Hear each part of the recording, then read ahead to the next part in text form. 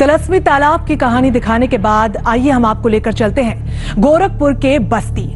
यकीन मानिए, बस्ती के उस थाने की तस्वीर आपको बेहद रोमांचित करेगी, लेकिन उस रोमांच के पीछे छिपी है एक खौफनाक कहानी, एक डरावनी हकीकत।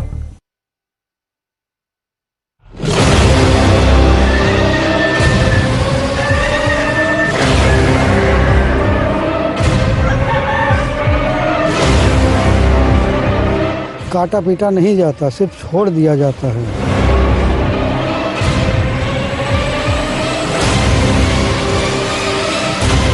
मुर्गा को कोई अगर पकड़ कर खा लेगा तो उसका नुकसान जरूर होगा।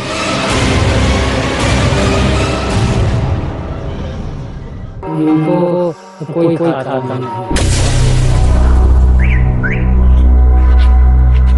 इस थाने का मुर्गा खाया तो मिट जाओगे।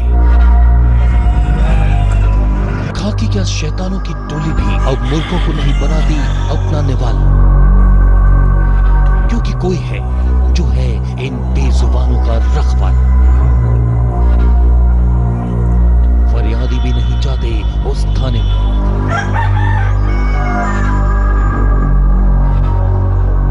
पुलिस वालों की जगह मुर्गे तैनात हैं माल खाने में।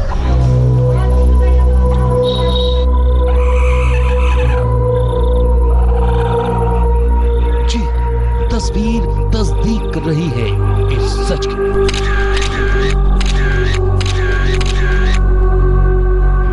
अब आप कहेंगे कि मुर्गी यूं ही घूमते रहें और कोई उसे अपना निवाला न बना, ऐसा कैसे हो सकता है? तो ये गलती दोहराने की जरूरत कतई मत कीजिएगा, वरना पछताना पड़ेगा। महंगा पड़ेगा मुर्गा खाना।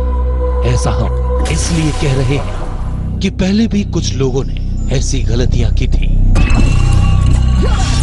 इसके बाद जो हुआ वो एक ऐसी डरावनी हकीकत है जिसके बाद खाने की बात तो उन्हें नुकसान पहुंचाने की कोशिश भी किसी ने नहीं की।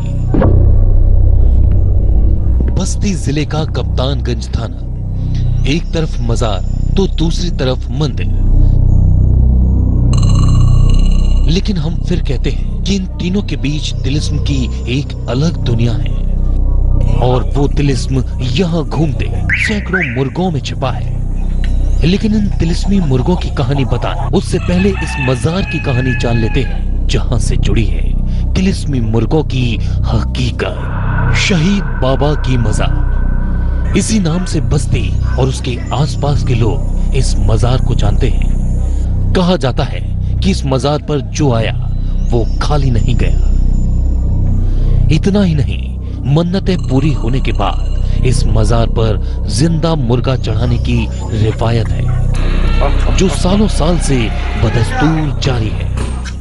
ये तो हुई आस्था की बात, और इस हकीकत को जानने के बाद आप भी यही कहेंगे कि यही वजह है कि यहाँ मुर्गों की तादाद सैकड़ों में है। लेकिन कहानी बस इतनी भर नहीं, इससे आगे मुर्गों से जुड़ी खौफ की कुछ और हकीकत भी हैं। तो आइए उसी खौफनाक कहानियों को लोगों की जुबानी सुनवाते हैं। थाने के कमरे में मुर्गा, माल खाने में मुर्गा, थाने के अहाते में मुर्गा, पुलिस वाले कम, मुर्गे ज्यादा। कुछ यही तस्वीर आपको भी दिख रही हो। सच तो ये है कि इन्हें मारने की बात तो दूर, अपने कमरों से भगाने की जुर्रत भी नहीं करता कोई, क्योंकि जिसने भी किया वो किसी न किसी अनहोनी का शिकार हो गया। ये हम नहीं कह रहे, बल्कि लोगों का यही कहना है। वहाँ ओझा दरोगा आए थे, डीएन ओझा, आज करीब हम जानते 30 साल पहले।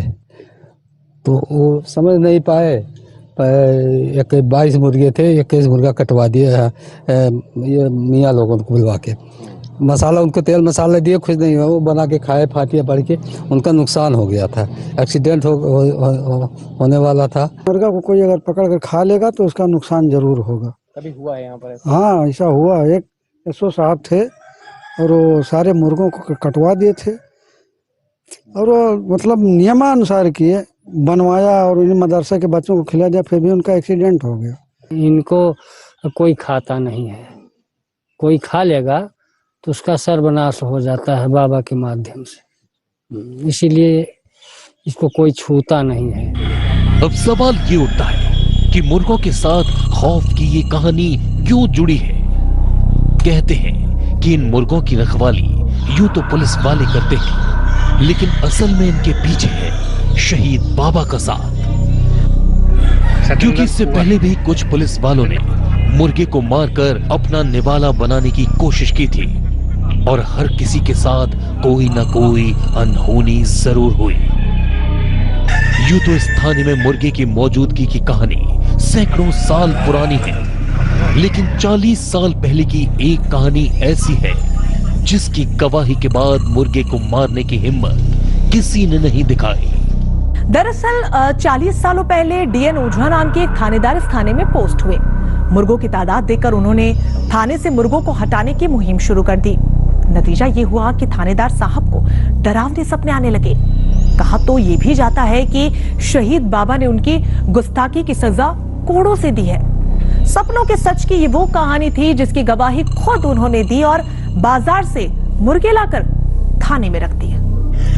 जब गवाही खुद किसी थानेदार की जुबानी हुई हो तो उस कहानी को सच कैसे न माना जाए। चलिए ये भी मान लेते हैं कि वो उस थानेदार का कोई वहम हो सकता है, लेकिन उसके बाद जिन्होंने मुर्गों को अपना निवाला बनाया उनके साथ हुई अनहोनी को आप क्या कहेंगे?